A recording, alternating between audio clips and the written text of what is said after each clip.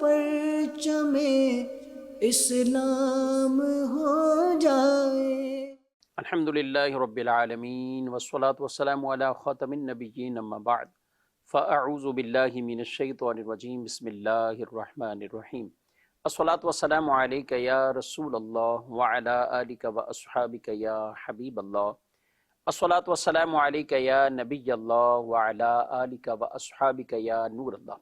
مدنی channel کے ناظرین، programme قرآنی صورتوں کا تعارف، اس میں آپ کو خوش آمدید کہتے ہیں۔ اللہ رب العالمین ہم سب کو قرآن مجید فرقان حمید پڑھنے، سمجھنے اور اس کی تعلیمات پر عمل پیرا ہونے کی توفیق عطا فرمائے۔ ہمارے پیارے رسول صلی اللہ تعالی علیہ وآلہ وسلم کا فرمان عظمت علی شان ہے، ان اول الناس بی یوم القیامہ اکثرہم علی صلاۃ۔ قیامت کے دن میرے سب سے زیادہ قریب ترین وہ ہوگا جو مجھ پر کثرت سے درود پڑھتا ہوگا۔ صلو علی الحبیب صلی اللہ تعالی علی محمد صلی اللہ علیہ وآلہ وسلم۔ ناظرین کرام، اس پروگرام میں بطور خاص ایک صورت مبارکہ، اس کا کچھ پس منظر، تعارف اور منتخب آیات مبارکہ کا ترجمہ تفسیر پیش کیا جاتا ہے۔ اول تاخیر ہمارے ساتھ پروگرام میں شامل رہیں گے تو انشاءاللہ قرآن مجید کی ایک صورت مبارکہ کے حوالے سے کافی معلومات حاصل ہوں گی۔ آج جس سورہ مبارکہ کا تعارف پیش کرنا ہے اسے سورۃ المطففین کہا جاتا ہے۔ قرآن مجید فرقان حمید کے 30ویں پارے میں سورۃ المطففین موجود ہے، اور نزول کے اعتبار سے اس سورہ مبارکہ کا نمبر وہ 86 ہے، اور ترتیب تلاوت کے اعتبار سے اس سورہ مبارکہ کا نمبر 83 یعنی 83۔ ایک رکوع اس سورہ مبارکہ میں موجود ہے اور کل 36 آیات مبارکہ ہیں۔ ترتیب نزول اور ترتیب مصحف، یعنی جو قرآن پاک ہمارے پاس موجود ہے کتاب کی صورت میں، مصحف شریف، اس میں جو صورتوں کی ترتیب ہے اس کے مطابق اس سورہ مبارکہ کا نمبر وہ 83 آتا ہے، اور ترتیب نزول 86 ہے۔ اور یہ سورہ مبارکہ، اس کے بارے میں دو قول ہیں۔ ایک قول یہ ہے کہ یہ مکی صورت ہے، اور ایک قول یہ ہے کہ یہ مدنیہ ہیں، یہ مدینہ منورہ میں نازل ہوئی۔ مکی صورتیں یعنی ہجرت سے قبل جو کچھ نازل ہوا اسے مکی صورتوں سے تعبیر کیا جاتا ہے، اور ہجرت کے بعد جو نازل ہوا اسے مدنی صورت کہا جاتا ہے۔ اور ایک قول یہ ہے کہ یہ صورت مبارکہ ہجرت کے زمانے میں مکہ مکرمہ اور مدینہ طیبہ کے درمیان نازل ہوئی، اس لیے اس کے بارے میں مختلف اقوال ہیں۔ سورہ مطففین کا نام یہ کیوں منتخب ہوا؟ مطففین کہتے ہیں ناپ تول میں کمی کرنے والے۔ تو اس سورہ مبارکہ کی پہلی آیت مبارکہ میں اللہ پاک نے ان لوگوں کے لیے ان کی ناکامی، ان کی خرابی اور ان کی ہلاکتوں کو بیان کیا جو ناپ تول میں کمی کرتے ہیں۔ تو اس نسبت سے اس سورہ مبارکہ کا نام سورۃ المطففین ہے۔ اس سورہ مبارکہ کے مرکزی مضامین پر اگر گفتگو کریں تو اسلام کے بنیادی عقائد وہ تو بیان ہوئے، لیکن اس کے ساتھ ساتھ ناپ تول میں کمی کرنے والوں کے حوالے سے مذمتوں کو بیان کیا گیا۔ اس سورہ مبارکہ میں یہ بھی بیان ہوا کہ کفار کے اعمال نامے وہ سب سے نیچی جگہ یعنی سجین، اس میں لکھا ہوگا، اور جس دن وہ اعمال نامہ نکالا جائے گا اس دن قیامت کے منکروں کے لیے بہت بڑی خرابی اور ان کے لیے ہلاکت ہوگی۔ اس سورہ مبارکہ میں ان کافروں کی بھی شدید مذمت کو بیان کیا گیا جو قرآن مجید فرقان حمید کی آیات مبارکہ واقعات کو محض ایک کہانی کہہ کر انہوں نے ٹال دیا اور اس کو ماننے سے انکار کیا۔ قیامت کے دن وہ اللہ کے دیدار سے بھی محروم رہیں گے اور اپنے ہمیشگی والے عذاب کو بھگتیں گے، اور دوزخ ان کا ٹھکانہ بنے گا۔ اور جہاں کفار کے اعمال نامے سجین میں، تو ان کے مد مقابل یعنی اہل ایمان مسلمانوں کے اعمال نامے وہ جس مقام پر ہوں گے اعلیٰ علیین میں ہوں گے، اور ان کے لیے کیا جزا ہوگی اس کو بیان کیا گیا۔ نیز وہ کفار جو مسلمانوں پر ہنستے تھے، ان کا مذاق اڑاتے تھے، ان کی مذمتوں کو بھی اس سورہ مبارکہ میں بیان کیا گیا۔ تو یہ چند باتیں جو کہ مرکزی مضامین کے طور پر یہ عرض کی ہیں۔ اب انشاءاللہ کچھ آیات مبارکہ اور اس کی کچھ مختصراً ترجمہ تفسیر تشریح سنتے ہیں۔ پہلی آیت مبارکہ آیت نمبر 1 سے لے کر آیت نمبر 6 تک اللہ پاک نے جو بیان فرمایا ہے، فرمایا بسم اللہ الرحمن الرحیم وَيْلٌ لِّلْمُطَفِّفِينَ الَّذِينَ إِذَا اكْتَالُوا عَلَى النَّاسِ يَسْتَوْفُونَ وَإِذَا كَالُوهُمْ أَو وَّزَنُوهُمْ يُخْسِرُونَ أَلَا يَظُنُّ أُولَٰئِكَ أَنَّهُم مَّبْعُوثُونَ لِيَوْمٍ عَظِيمٍ یوم یقوم الناس لرب العالمین۔ کم تولنے والوں کے لیے خرابی ہے وہ لوگ کہ جب دوسرے لوگوں سے ناپ لیں تو پورا وصول کریں، اور جب انہیں ناپ یا تول کر دیں تو کم کر دیں۔ کیا یہ لوگ یقین نہیں رکھتے کہ انہیں اٹھایا جائے گا ایک عظمت والے دن کے لیے، جس دن سب لوگ رب العالمین کے حضور کھڑے ہوں گے۔ یہ چند آیات مبارکہ جس میں کم تولنے والے، ناپ تول میں کمی کرنے والے، ان کی شدید مذمتوں کو بیان کیا گیا۔ یہ آیت مبارکہ جب رسول اللہ صلی اللہ علیہ وسلم مدینہ منورہ میں تشریف لائے تو کچھ لوگوں کا یہ انداز طریقہ، ان میں بالخصوص ایک شخص ابو جوہینہ کے نام سے، کہ جس نے مختلف طرح کے پیمانے بنائے ہوئے تھے، لوگوں سے لیتا تھا تو وہ دوسرا کوئی پیمانہ نکال لیتا کہ اس کے اندر تولیں گے، اور جب دیتا تھا تو کوئی اور پیمانہ نکال لیتا۔ یعنی جب لوگوں کو دینا ہے تو اس وقت وہ چاہتا تھا کہ کم جائے، اور جب لیتا تھا تو زیادہ وصول ہو جائے۔ تو خود اپنے لیے تو یہ پسند کر رہا تھا کہ مجھے تو پورا پورا وزن مل جائے، مگر جو لوگوں کو ہے تو وہ کم وزن چلا جائے۔ یہ شدید ایک برا عمل تھا، اور قرآن مجید میں ایک نہیں کئی جگہوں پر اگر ہم دیکھیں ناپ تول میں کمی کرنے والوں کی مذمتوں کو بیان کیا گیا ہے۔ آج بڑے بڑے لوگ اس کے اندر مبتلا ہیں، بڑے بڑے نامی گرامی جنہوں نے بہت بڑے بڑے سٹور بنائے ہوئے ہیں، بڑی بڑی چیزیں ہیں، اب وہ کیا کرتے ہیں کہ چیز جتنی وزن کہہ رہے ہیں اس کی مقدار کو کم کرتے ہیں۔ یعنی کیا کوئی چھوٹی عام کمپنی ہے اور کیا کوئی بڑی ہے، ہر ایک نے اس بہانے سے لوگوں کو طرح طرح سے لوٹنا شروع کیا ہوا ہے۔ تو قرآن مجید کے اگر تعلیمات کو دیکھیں، رسول اللہ صلی اللہ علیہ وسلم کی تعلیمات کو دیکھیں تو اس کی مذمتوں کو بیان کیا۔ قوم شعیب، حضرت شعیب علیہ السلام کی قوم، ان میں یہ بہت بڑی برائی تھی کہ ناپ تول میں کمی کرتے، یہاں تک کہ وہ تباہ و برباد ہوئے۔ اور انہیں کہا گیا ہے کیا ان کو آخرت پہ یقین نہیں، کیا ان کو اٹھایا نہیں جائے گا، اس دن میں اللہ کے حضور حاضر نہیں ہوں گے؟ یعنی بہت بڑا جھنجھوڑا گیا ان کو۔ تو آج بھی وہ لوگ، ان کو ضرور اپنے اس رویے پہ وہ نظر ثانی کرنی ہے، بلکہ توبہ بھی کرنی ہے، اور یہ کسی کے حق کھائے ہیں تو ان حقوق کی تلافی بھی کرنی۔ وزن کچھ لکھا ہوتا ہے، ہوتا کچھ ہے۔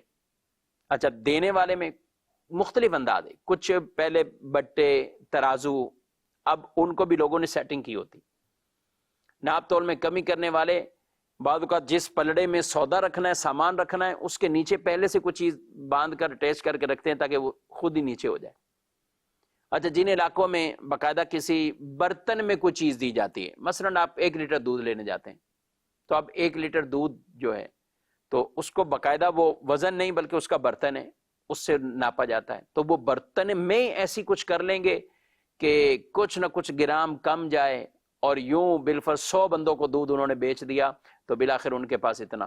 ایک تو یہ کہ اس میں ملاوٹیں کرنا اور زائد ملاوٹیں کرنا، اور دوسرا اس طریقے سے پیسے بنا لینا کہ چیز ہی پوری نہیں دینا، کم دینا۔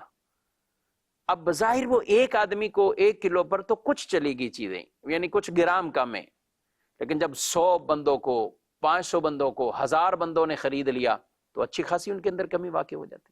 اللہ پاک قرآن مجید میں کیا ارشاد فرماتا ہے؟ ایک اور مقام پہ سورہ رحمان کے اندر بیان فرمایا وَالسَّمَاءَ رَفَعَهَا وَوَضَعَ الْمِيزَانَ أَلَّا تَطْغَوْا فِي الْمِيزَانِ وَأَقِيمُوا الْوَزْنَ بِالْقِسْطِ وَلَا تُخْسِرُوا الْمِيزَانَ۔ فرمایا اور آسمان کو اللہ نے بلند کیا اور ترازو رکھی کہ تولنے میں نا انصافی نہ کرو، اور انصاف کے ساتھ تول قائم کرو اور وزن نہ گھٹاؤ۔ ایک اور مقام پہ ارشاد فرمایا لَقَدْ أَرْسَلْنَا رُسُلَنَا بِالْبَيِّنَاتِ وَأَنزَلْنَا مَعَهُمُ الْكِتَابَ وَالْمِيزَانَ لِيَقُومَ النَّاسُ بِالْقِسْطِ۔ بے شک ہم نے اپنے رسولوں کو روشن دلیلوں کے ساتھ بھیجا اور ان کے ساتھ کتاب اور عدل کی ترازو اتاری تاکہ لوگ انصاف پر قائم رہیں۔ اور فرمایا ایک اور مقام پہ وَأَوْفُوا الْكَيْلَ إِذَا قِلْتُمْ وَزِنُوا بِالْقِسْطَاسِ الْمُسْتَقِيمِ ذَلِكَ خَيْرٌ وَأَحْسَنُ تَأْوِيلًا۔ ارشاد فرمایا اور جب ماپ کرو تو پورا ماپ کرو اور بالکل صحیح ترازو سے وزن کرو، یہ بہتر ہے اور انجام کے اعتبار سے اچھا ہے۔ آگے فرمایا یوم یقوم الناس لرب العالمین، جس دن سب لوگ رب العالمین کے حضور کھڑے ہوں گے، یعنی اپنے اعمال نامے دیکھیں گے، جہاں کفار کے لیے دوزخ اور عذاب، وہاں ایمان والوں کے لیے ان کے نیک اعمال پر جزا اور انعام بیان کیا جائے گا۔ نبی کریم علیہ السلام کے پاس ایک آدمی بیٹھا کرتا تھا، بشیر نام تھا اس کا۔ کچھ دن حاضر نہ ہوا، پھر جب وہ آئے تو بیٹھے حضور علیہ السلام کے پاس، تو آپ نے فرمایا کہ بشیر تیرے رنگ بدلا ہوا ہے، کیا معاملہ ہوا، خیریت ہے؟ تو اس نے کہا کہ میرا اونٹ گم ہو گیا تھا تو میں اس کو تلاش میں نکلا ہوا تھا، اور اس کی تلاش میں میری یہ حالت ہوگی، 3 دن ہو گئے مجھے، میں نے خریدا تھا اور وہ گم ہو گیا، بھاگ گیا، میں اس کو دیکھنے کے لیے اور اس کو پکڑنے کے لیے میری یہ حالت ہوگی۔ تو آقا صلی اللہ علیہ وسلم نے فرمایا یہ تو 3 دن اونٹ کا معاملہ تھا اور تیری یہ حالت ہوگی، پھر اس دن کیا ہوگا جس دن اللہ کے حضور سب کھڑے ہوں گے، اللہ اکبر، اس دن کی دہشت وحشت، تو اس دن کیا حالت ہوگی جس کی مقدار 50,000 سال ہوگی، تو اس دن تیرا کیا انجام ہوگا، اس دن تیرا کیا حال ہوگا۔ فرمایا جس دن لوگ اللہ کے حضور کھڑے ہوں گے تو کچھ تو ایسے ہوں گے کہ پسینہ اتنا زیادہ ہوگا کہ کانوں کی لو تک اپنے پسینے میں غرق ہو رہے ہوں گے، یعنی یہ کانوں کی لو یہاں تک وہ اپنے پسینے میں گویا کہ غرق ہو رہے ہیں۔ ہاں یہ بھی روایات میں فرمایا ایمان والوں کے لیے وہ دن ہلکا کر دیا جائے گا، بلکہ رسول اللہ صلی اللہ علیہ وسلم سے جب پوچھا گیا کون قدرت رکھے گا کہ اس دن وہ کھڑا ہو جائے اللہ کے حضور، تو انہیں کہا جائے گا کہ مومن پر ہلکا کر دیا جائے گا حتیٰ کہ ایک فرض نماز کی طرح ہو جائے۔ اللہ ہم سب کے لیے عافیت سلامتی والا معاملہ فرمائے، اور ایمان بچانا، محفوظ رکھنا اور دنیا سے ایمان کی حالت میں چلے جانا یہ بڑا ایک عظیم کام ہے، اور ہمیں اپنے ایمان کی حفاظت رکھنی ہے، اور وہ اعمال جن سے ایمان ہی چھن جاتا ہے، ایمان تلف اور ضائع ہو جاتا ہے، ان سے اپنے آپ کو بچانا ہے۔ آگے مزید کچھ بڑھتے ہیں۔ آگے اللہ پاک نے ارشاد فرمایا ہے کفار کے بارے میں کہ ان کے اعمال نامے سب سے جو نچلی جگہ سجین، وہاں ارشاد فرمایا کلا ان کتاب الفجار لفی سجین وما ادراک ما سجین کتاب مرقوم ویل یومئذ للمکذبین الذین یکذبون بیوم الدین وما یکذب به الا کل معتد اثیم اذا تتلی علیہ آیاتنا قال اساطیر الاولین۔ یقیناً بے شک بدکاروں کا نامہ اعمال ضرور سجین میں ہے، اور تجھے کیا معلوم کہ سجین کیا ہے؟ وہ مہر لگائی ہوئی ایک کتاب ہے، اس دن جھٹلانے والوں کے لیے خرابی ہے، جو انصاف کے دن کو جھٹلاتے ہیں، اور اسے نہیں جھٹلائے گا مگر ہر سرکش بڑا گناہگار۔ جب اس پر ہماری آیتیں پڑھی جاتی ہیں تو کہتا ہے یہ قرآن اگلوں کی کہانیاں ہیں، یعنی جو قرآن کو جھٹلانے والے اور آخرت کو جھٹلانے والے، قرآن اور آخرت کے انکار کرنے والے، وہ ایک بات کر دیں یہ تو کہانیاں ہیں، پہلے کے لوگوں کی کہانیاں ہیں۔ آج بھی کئی ایسے بد زبان لوگ جو ایسوں کی صحبت میں رہتے ہیں، جو خود دین بیزار لوگ جنہیں کہا جائے، وہ دین سے بیزار ہیں مگر ڈائریکٹ بول نہیں سکتے، تو وہ دینی معاملات، دینی شعائر پر طرح طرح کی گفتگو کرتے ہیں۔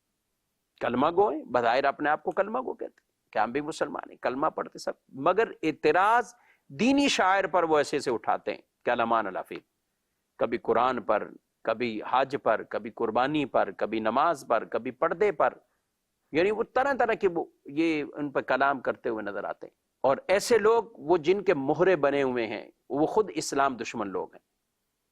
تو یہ سب سے پہلے تو کفار نے یہی کہا تھا کہ یہ قرآن جو ان پہ پڑھا جا رہا ہے، جو انہیں بتایا جا رہا ہے، انہیں ہلاکتیں بتائی جا رہی ہیں، آخرت کے بارے میں انہیں عقیدہ سکھایا جا رہا ہے، اور اس پر نہ ماننے والوں کی وعیدوں کو بیان کیا جا رہا ہے، تو وہ آرام سے کہہ دیتے نہیں نہیں یہ تو پچھلوں کی کہانی ہے، ہمارے ساتھ گویا کہ کچھ نہیں ہونے والا. تو کہا کہ یہ لکھی ہوئی ہے، ایسی مہر لگی ہوئی ہے، نہ مٹ سکتی ہے نہ کچھ، یعنی جو تحریر جو اعمال نامہ ان کا، اور ہے کہاں؟ سجین، سب سے نچلے مقام پر. اور یہ کہاں ہے سجین؟ ایک قول کے مطابق یہ 7ویں زمین کے نیچے ایک مقام ہے، اور یہ مقام ابلیس اور اس کے لشکروں کا محل ہے. آگے فرمایا کلا بل ران علی قلوبہم ما کانوا یکسبون، ایسا ہرگز نہیں ہے بلکہ ان کے کمائے ہوئے اعمال نے ان کے دلوں پر زنگ چڑھا دیا ہے.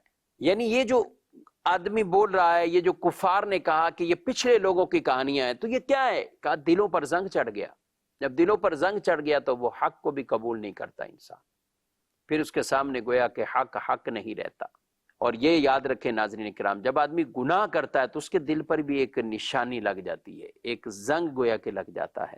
رسول اللہ صلی اللہ علیہ وسلم کی حدیث ہے جب بندہ کوئی گناہ کرتا ہے تو اس کے دل پر سیاہ نقطہ پیدا ہوتا ہے، اور جب اس گناہ سے باز آ جاتا ہے اور توبہ استغفار کر لیتا ہے تو اس کا دل صاف ہو جاتا ہے، اور پھر گناہ کرتا ہے تو وہ نقطہ بڑھتا ہے یہاں تک کہ پورا دل سیاہ ہو جاتا ہے. اور یہی زنگ ہے جس کا اس آیت میں ذکر ہے.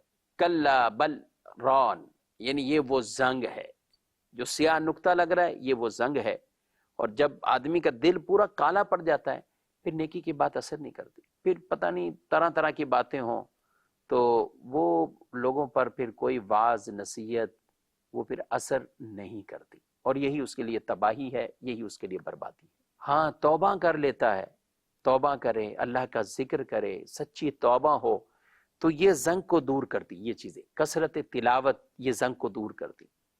سچی توبہ ہو تو پھر اللہ پاک ایسی رحمت کی نظر فرماتا ہے کہ فرشتوں کو بھی اس کے گناہ بھلا دیتا ہے، جہاں لکھے ہوئے نشانات مٹا دیتا ہے، سب کچھ ختم کر دیتا ہے، جو چاہے باقی رکھتا ہے، جو چاہے مٹا دیتا ہے. یہ اللہ کی شان ہے. تو اللہ پاک فرشتوں کے لکھے ہوئے بھی مٹا دیتا ہے، ختم کر دیتا ہے. شرط سچی توبہ ہے. دل بھی جب نور ایمان سے چمک اٹھتا ہے، ذکر الہی تلاوت کی کثرت، تو پھر دل روشن ہوتا ہے. جب دل روشن ہوتا ہے پھر اسے نیکی کی باتیں اثر کرتی. تو پچھلی آیات مبارکہ میں کفار کے ان اعمال نامے اور سجین کے حوالے سے بیان کیا گیا. آگے نیکوں کے بارے میں کیا بیان فرمایا؟ سبحان اللہ، اہل ایمان کے اعمال نامے کی جگہ کو بیان کیا گیا. فرمایا کلا ان کتاب الابرار لفی علیجین وما ادراک ما علیجون کتاب مرقوم یشہدہ المقربون، یقیناً بے شک نیک لوگوں کا نامہ اعمال ضرور علیجین میں ہے. اور تجھے کیا معلوم کہ علیجین کیا ہے؟ وہ مہر لگائی ہوئی ایک کتاب ہے، قرب والے اس کی زیارت کرتے ہیں. مقام علیجین کیا ہے؟ مقام علیجین یہ ہے کہ 7ویں آسمان میں عرش کے نیچے سب سے اونچے مقام، یہ کیا ہے؟ یہ مقام علیجین. اور کہا کہ تجھے کیا معلوم کہ علیجین کتنی شان والی وہ جگہ ہے، تجھے کیا معلوم؟ اور اس کی عظمت کا اندازہ یوں لگاؤ کہ وہ اللہ کے جو قرب والے مقرب فرشتے جو ہیں وہ اس کی زیارت کرتے ہیں. وہ جو ہمارا اعمال نامہ یعنی نیک لوگوں کا، وہ قرب والے فرشتے اس کو دیکھتے ہیں، وہ اس کی زیارت کرتے ہیں. سبحان اللہ. اور فرمایا ان الابرار لفی نعیم علی الارائک ینظرون تعرف فی وجوہہم نضرۃ النعیم یسقون من رحیق مختوم ختامہ مسک وفی ذلک فلیتنافس المتنافسون ومزاجہ من تسنیم عینا یشرب بہا المقربون. بے شک نیک لوگ ضرور چین میں ہوں گے، تختوں پر نظارے کر رہے ہوں گے، تم ان کے چہروں میں نعمتوں کی تر و تازگی پہچان لو گے. انہیں صاف ستھری خالص شراب طہور پلائی جائے گی جس پر مہر لگائی ہوئی ہوگی. اس کی مہر مشک کی ہے، اور للچانے والوں کو تو اسی پر للچانا چاہیے. اور اس کی ملاوٹ تسنیم سے ہے، ایک چشمہ جس سے مقرب بندے پئیں گے. یہاں اہل جنت میں نیک لوگوں کو، جنتیوں کو اب جنت میں ہی مختلف ہوں گے، لیکن ان میں خاص جو ابرار ہوں گے، نیک لوگ، ان کے لیے اور پروٹوکول ہوگا، ان کے لیے عظیم نعمتیں ہوں گی. وہ تکیے لگا کر اور جو اللہ پاک کے انعامات ہیں ان کو دیکھ رہے ہوں گے، اور پھر اپنے دشمنوں کو بھی دیکھ رہے ہوں گے جو دنیا میں انہیں ستایا کرتے تھے، تکلیفیں پہنچا رہے تھے. آج وہ کفار کس طرح کے عذاب میں، وہ تکلیفوں میں اور یہ آسانیوں میں، اور انہیں وہ شراب طہور. اور یہ یاد رکھیں یہ ابرار نیک لوگوں کو اللہ پاک کی طرف سے یہ ملے گا. ہاں بقیہ جنتیوں کو جو شراب طہور، اس میں وہ تسنیم کے قطرے ملائے جائیں گے، لیکن انہیں وہ خاص تیار شدہ یہ انہیں نصیب ہوگی، اور یہ صرف نیک لوگ ہی اس سے پئیں گے. یہ اللہ پاک نے جو ان کے لیے انعامات ہیں، ان کے لیے جو جزائیں ہیں، ان کو جو اللہ پاک اپنی رحمت سے یہ عطا فرمائے گا. اور پھر اللہ نے مومنوں کو تسلی بھی دی ہے. جو دنیا کے اندر لوگ ان پہ طرح طرح کے مذاق، ان کا مذاق بنانا، ان کے اوپر تان کرنا، اللہ نے قرآن میں کیا ارشاد فرمایا؟ ان الذین اجرموا کانوا من الذین آمنوا یضحکون وَإِذَا مَرُّوا بِهِمْ يَتَغَامَزُونَ وَإِذَا انقلبوا إِلَىٰ أَهْلِهِمُ انقلبوا فَكِهِينَ وَإِذَا رَأَوْهُمْ قَالُوا إِنَّ هَٰؤُلَاءِ لَضَالُّونَ وَمَا أُرْسِلُوا عَلَيْهِمْ حَافِظِينَ فَالْيَوْمَ الَّذِينَ آمَنُوا مِنَ الْكُفَّارِ يَضْحَكُونَ عَلَى الْأَرَائِكِ يَنظُرُونَ هَلْ ثُوِّبَ الْكُفَّارُ مَا كَانُوا يَفْعَلُونَ. بے شک مجرم لوگ ایمان والوں پر ہنسا کرتے تھے، اور جب ان کے پاس سے گزرتے تو یہ آپس میں ان پر آنکھوں سے اشارے کرتے تھے، اور جب یہ کافر اپنے گھروں کی طرف لوٹتے تو خوش ہو کر لوٹتے، اور جب مسلمانوں کو دیکھتے تو کہتے بے شک یہ لوگ بہکے ہوئے ہیں. حالانکہ ان کافروں کو مسلمانوں پر نگہبان بنا کر نہیں بھیجا گیا. تو آج ایمان والے کافروں پر ہنسیں گے، تختوں پر بیٹھے دیکھ رہے ہوں گے کیا بدلہ دیا گیا کافروں کو اس کا جو وہ کام کرتے تھے. یعنی ایمان والوں کو آج جو اللہ کی بارگاہ میں مقام مرتبہ ملے گا، تو پھر وہ ان کافروں کو دیکھیں. اور یہ کئی طرح کے واقعات ان آیات کے تحت بیان کیے کہ جب مسلمان ان کے پاس سے گزرتے کفار کے، بالخصوص جو غریب مسلمان ہوتے، جو مالی طور پر بھی جن میں کمزوری تھی، کمی تھی، تو یہ ان کو دیکھ کر اشارے کرتے، ایک دوسرے پر ہنستے، باتیں بناتے کہ یہ دیکھو ایمان والے، یہ دیکھو ایمان والے. یہ کفار کی بدترین عادت. یہاں تک کہ دوزخ میں بھی جب ڈالے جائیں گے نا، تو کچھ مسلمان بھی دوزخ میں جائیں گے جو اپنے اعمال بد کی وجہ سے ان کو بھی دوزخ میں ڈالا جائے گا. لیکن ایمان والوں کے لیے دوزخ کی زندگی وہ محدود، کم، ایک وقت متعین کے لیے، ہمیشہ کے لیے نہیں، ہمیشہ کے لیے کفار کے لیے. تو یہ وہاں پہ بھی ان کا مذاق اڑائیں گے کہ ہم کافر ہیں، ہم بھی دوزخ میں ہیں، تم مسلمان ہو، تم بھی دوزخ میں. لیکن پھر کیا ہوگا؟ ایک وقت آئے گا کہ جب ایمان والوں کو دوزخ سے نکلنے کا حکم اور جنت میں جانے کے لیے کہا جائے گا، تو پھر یہ کفار پھر حسرت بھری نگاہوں سے انہیں دیکھ بھی رہے ہوں گے اور کہیں گے ربما یود الذین کفروا لو کانوا مسلمین. یہ پھر تمنا کریں گے کاش ہم بھی مسلمان ہوتے. تو ناظرین کرام، دنیا کے اندر ظاہر یہ سانسیں تو پوری ہو ہی جانی. کسی کے مال میں کمی ہے، کسی کی صحت میں، اولاد میں، دیگر نعمتوں میں، آسائشوں میں کمی ہوتی، مگر جب اللہ کی رحمت پر نظر رکھیں اور صبر سے اور استقامت سے کام چلاتے رہیں تو انشاءاللہ آخرت کی عظیم نعمتیں اللہ پاک اپنی رحمت سے عطا فرمائے گا. اللہ ہمیں ایمان پر استقامت عطا فرمائے اور قرآن پاک کے نور سے ہمارے سینوں کو روشن منور فرمائے. سورہ مطففین کا کچھ خلاصہ عرض کیا ہے. انشاءاللہ آئندہ پروگرام میں اس سے بعد والی سورہ مبارکہ سورۃ الانشقاق کے حوالے سے کچھ باتیں عرض کریں گے.